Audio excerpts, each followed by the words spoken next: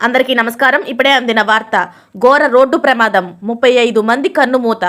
ఈ విషయాలన్నీ తెలుసుకునే ముందు వీడియోని పూర్తిగా చూడండి, అప్పుడే మీకు పూర్తిగా అర్థమవుతుంది. అదేవిధంగా చాలామంది సబ్స్క్రైబ్ చేసుకోకుండా వీడియోని చూస్తున్నారు, దయచేసి సబ్స్క్రైబ్ చేసుకోండి. సబ్స్క్రైబ్ చేసుకోవడం వల్ల నేను చేసే ప్రతి వీడియో అప్డేట్ మీకు ముందుగానే నోటిఫికేషన్ రూపంలో వస్తుంది. అదేవిధంగా లైక్ చేయడం మర్చిపోతున్నారు, దయచేసి లైక్ చేయండి. లైక్ చేయడం వల్ల ఇటువంటి ఇంపార్టెంట్ ఇన్ఫర్మేషన్ చాలా మందికి రీచ్ చేసిన వాళ్ళు అవుతాం. ఇక లేట్ చేయకుండా వీడియోలోకి వెళ్ళిపోదాం.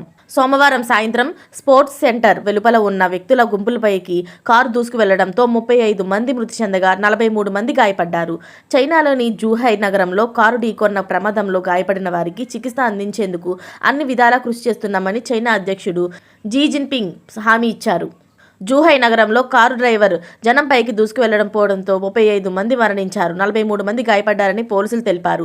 62 ఏళ్ల డ్రైవర్ను అదుపులోకి తీసుకున్నట్లు పోలీసులు సోమవారం తెలిపారు. అయితే ఇది దాడా లేదా ప్రమాదమా అనేది వెంటనే తెలియరాలేదు. దీని ఎలాంటి ఉద్దేశం లేదని విచారణ కొనసాగుతుందని పోలీసులు తెలిపారు. సోమవారం సాయంత్రం వాహనం పలువురు పాదచారులను ఢీకొట్టింది అని పోలీసులు ప్రకటనలో తెలిపారు. ఈ ప్రమాదంలో 35 మంది మరణించారు. అధ్యక్షుడు జీ జిన్పింగ్ కూడా నేరస్తుడిని చట్ట ప్రకారం శిక్షించాలని కోరినట్లు జిన్హువా నివేదించింది.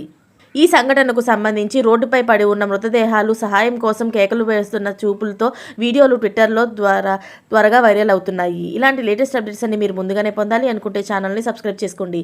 అలాగే పక్కనే ఉన్న గంట సింబల్ని క్లిక్ చేయడం మర్చిపోకండి. Thanks for watching friends.